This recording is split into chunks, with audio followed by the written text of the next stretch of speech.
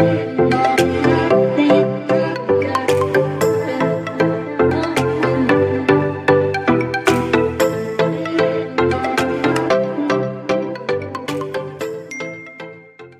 kesempatan kali ini, saya akan melakukan percobaan mengenai teorema Dioda-Zener.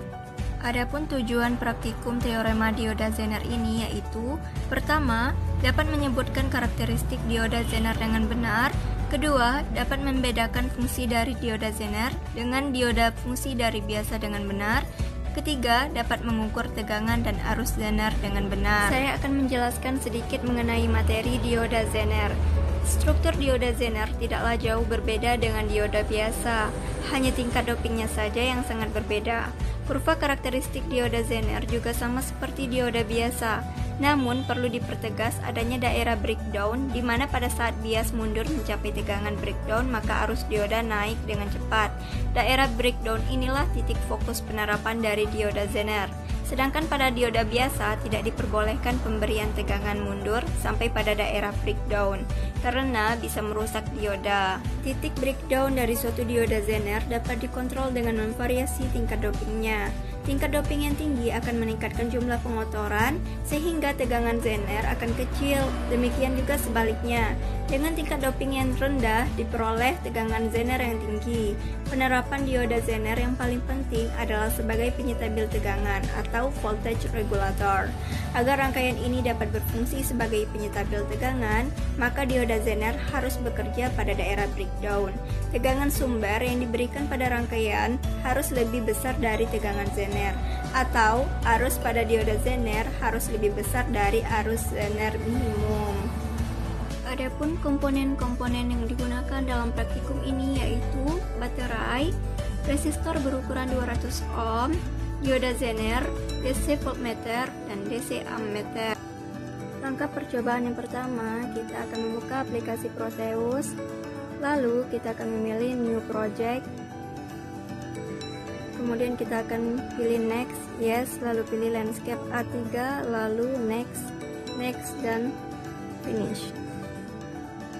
Kemudian kita akan mencari komponen-komponen yang akan digunakan, yaitu resistor. Kemudian kita akan mencari kategorinya, yaitu resistor. Kemudian kita akan pilih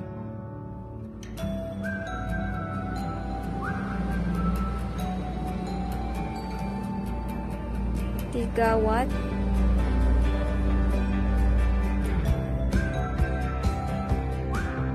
Kemudian kita cari dioda Zener dengan subkategori Zener. Kemudian kita pilih kode 1N4745A. Oke, lalu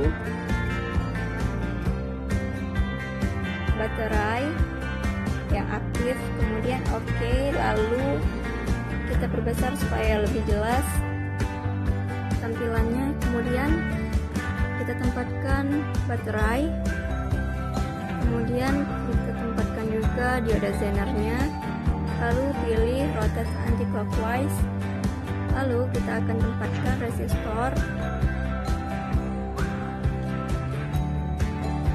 kemudian kita klik rotate clockwise. Kemudian kita akan menggunakan DC voltmeter untuk mengukur tegangan Zener dan DC ammeter untuk mengukur arus Zener. Lalu kita akan hubungkan semua komponen.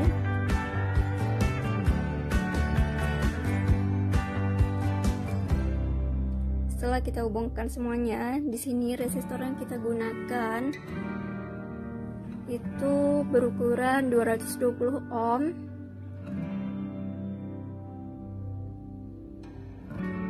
Kemudian satuan dari ampermeter ini pada DC ammeter kita ubah menjadi miliampere. Lalu kita lakukan untuk percobaan yang pertama, yaitu dengan tegangan input sebesar 0 volt. Lalu tegangan Zener yang dihasilkan sebesar 0,0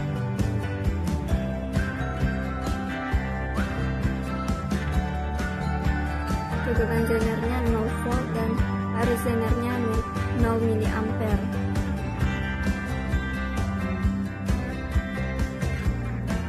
Lalu kita ubah lagi tegangan inputnya menjadi 1 volt dengan tegangan Zener 0,50 volt dan arus Zener yang dihasilkan 2,27 mA ya. Kemudian kita ubah lagi tegangan inputnya yaitu 2 volt. Kemudian dihasilkan tegangan Zener 1 volt dan arus Zener 4,54 mA. Lalu kita akan ubah lagi tegangan inputnya menjadi 3 volt dengan tegangan Zener yang dihasilkan 1,50 volt dan arus Zener yang dihasilkan 6,82 mA. Lalu kita akan mengubahnya lagi, tegangan inputnya menjadi 4 volt dengan tegangan Zener yang dihasilkan 2 volt dan arus Zenernya 9,09 mA.